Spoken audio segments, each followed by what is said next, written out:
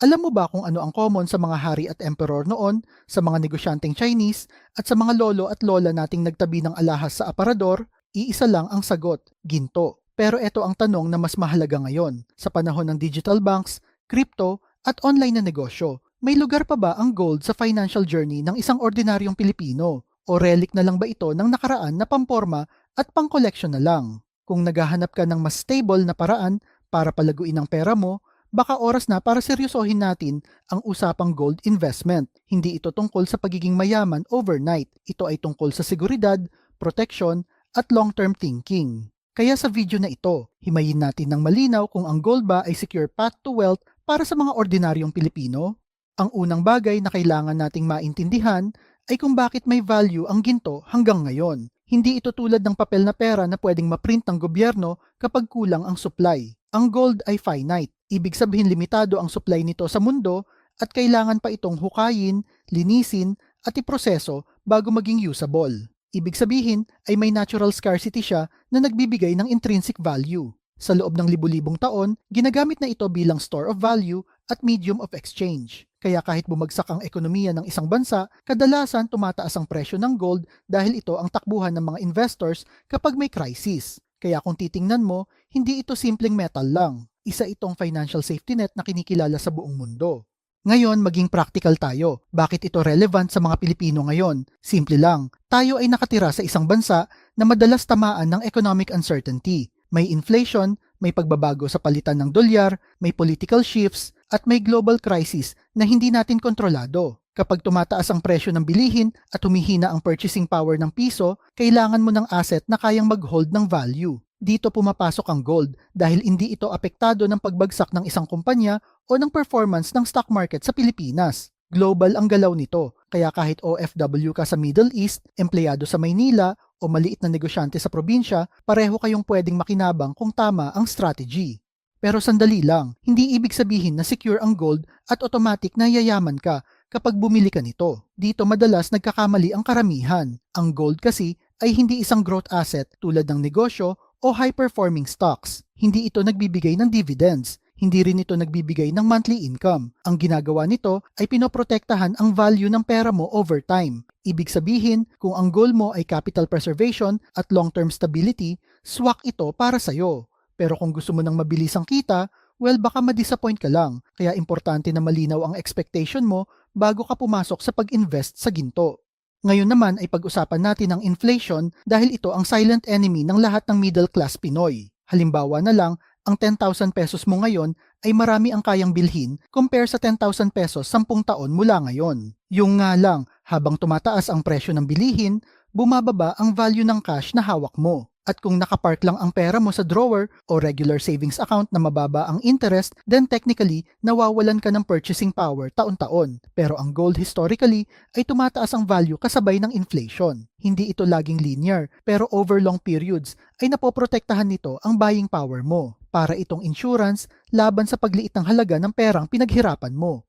Ngayon ang tanong, paano ba pwedeng mag-invest sa gold ang isang ordinaryong Pinoy? Well, hindi mo kailangang maging milyonaryo para magsimula. May physical gold tulad ng gold bars at coins na mabibili sa mga reputable dealers like sa Palawan Pawn Shop. May gold jewelry din, pero dapat malinaw sa inyo na hindi lahat ng alahas ay magandang investment dahil may making charges ang mga premium designs.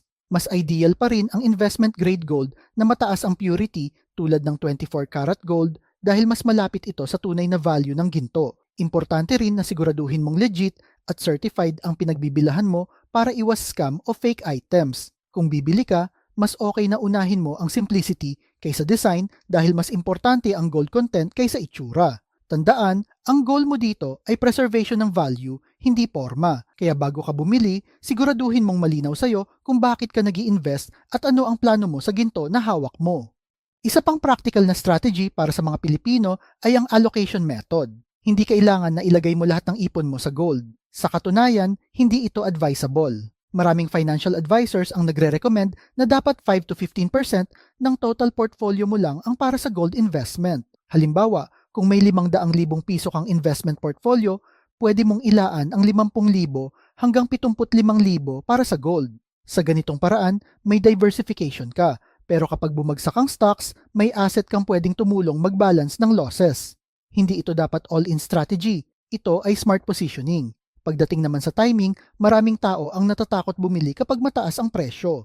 Pero tandaan mo, ang gold ay isang long-term asset. Kung ang mindset mo ay hawakan ito ng 5 hanggang 10 taon, hindi mo kailangang ma-stress sa short-term na galaw ng presyo. Dito pumapasok ang tinatawag na cost averaging strategy. Sa simpleng paraan, bibili ka ng gold paunti-unti sa regular na schedule, halimbawa kada buwan, kada quarter, o kahit kada 6 na buwan, regardless kung mataas o mababa ang presyo. Ibig sabihin, hindi ka umaasa na mahuhulaan mo ang pinakamababang presyo, kundi binabalanse mo ang average cost mo over time. May mga pagkakataon na makakabili ka ng medyo mahal, pero may mga pagkakataon din na makakabili ka ng mas mura. Sa dulo, nagiging mas stable ang overall buying price mo. Nakakatulong ito para maiwasan ang panic buying o panic selling dahil hindi ka nagiging emotional. Mas nagiging consistent at disciplined ang approach mo sa pag-i-invest. At sa long term, iyon ang mas mahalaga kaysa sa paghahabol ng perfect timing. Ngayon, maging honest tayo sa risks. Oo, may risk din ang physical gold at hindi ito immune sa pagbabago ng presyo. May mga panahon na bumababa ang value nito, lalo na kapag malakas ang ekonomiya at mas maraming investors ang lumilipat sa stocks o negosyo. Kung bibili ka sa mataas na presyo at ibebenta mo agad dahil natakot ka, posibleng malugi ka. Bukod pa doon, may practical risk din dahil ikaw mismo ang magtatago ng ginto. Kailangan mong isipin kung saan ito ilalagay, paano ito masesecure, at paano mo ito poprotektahan laban sa nakaw o pagkawala. Ibig sabihin, hindi ito simpleng bili at kalimot lang. Kailangan pa rin ng maayos na plano, disiplina, at responsibility sa paghawak nito. Dito na rin pumapasok ang isa pang tanong na madalas iniisip ng mga Pilipino. Mas okay ba ang gold kaysa real estate? Ang totoo, hindi ito about alin ang mas magaling, kundi alin ang mas bagay sa goal mo. Ang real estate ay kayang magbigay ng rental income at long-term appreciation, pero nangangailangan ito ng malaking kapital, maintenance, at effort sa pag-manage. Samantalang ang gold ay mas simple hawakan, mas liquid, at mas madaling i-convert into cash kapag kailangan mo. Wala kang iisipin na tenant, repairs, o buwan ng gastos. Dahil dito, nagiging attractive ang gold para sa mga gustong magkaroon ng portable at globally recognized asset. Pero importante tandaan na hindi nito kayang palitan ang real estate o negosyo. Mas magandang tingnan ang gold bilang kasama sa isang diversified portfolio, hindi bilang nag-iisang sagot sa pagyaman mo. Sa huli, ang tanong na, is gold a secure path to wealth ay hindi simpleng yes or no. Depende ito sa definition mo ng wealth. Kung wealth para sa iyo ay peace of mind, protection laban sa inflation, at pagkakaroon ng globally recognized asset, then yes, may lugar ang gold sa financial plan mo. Pero kung wealth ang ibig sabihin mo ay mabilisang pagdami ng pera, mas marami pang ibang investment vehicle na mas aggressive ang pwede mong subukan. Ngayon, ikaw naman, handa ka bang tingnan ang gold hindi bilang alahas lang, kundi bilang isang strategic asset? Handa ka bang mag-isip long-term at hindi magpadala sa hype? Tandaan na sa panahon na ang mundo ay mabilis magbago, ang stability ay nagiging mas mahalaga. At minsan, ang tunay na yaman ay hindi kung gaano kabilis lumaki ang pera mo, kundi kung gaano ito katatag kapag may financial crisis. At kung may natutunan ka sa video na ito, simulan mong pag-aralan ang options mo. Mag-research, mag-compare, at magplano. Huwag mo na rin kalimutan na mag-subscribe sa channel na ito para pa sa maraming Pinoy friendly financial tips. At kung mahilig kayo sa mga videos tungkol sa pera, motivational business, like and share nyo lang ang video na ito at kita-kita po ulit tayo sa mga susunod na video.